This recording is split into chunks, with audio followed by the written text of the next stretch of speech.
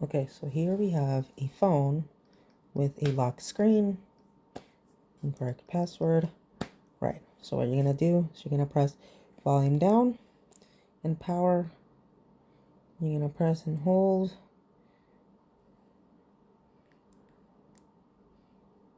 Press and hold, there we go.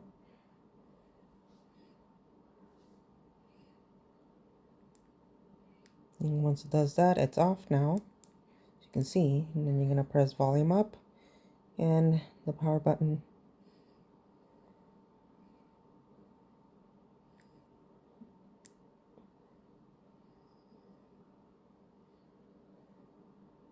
And it's turned back on. You're gonna keep holding it. And there you go.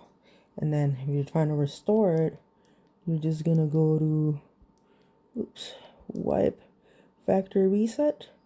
You're gonna hit the power button. In this case, I'm gonna cancel because we don't want the data deleted. And then that's how you do it.